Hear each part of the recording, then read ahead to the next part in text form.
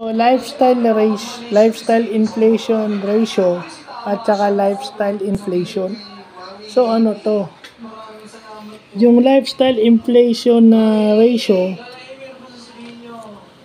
is yung ratio sa raise in spending over raise in income.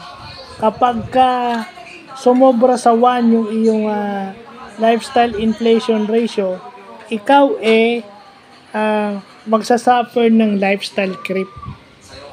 So ano tong lifestyle inflation na to? Yung lifestyle inflation ay yung pagtaas ng gastos mo,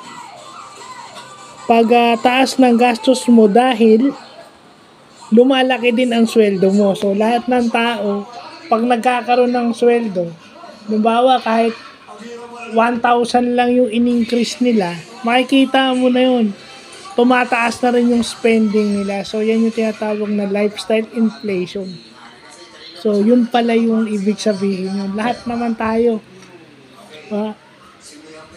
So yan yung mga sa business world tsaka sa economics na dapat alam natin, yung lifestyle ratio na lifestyle inflation ratio.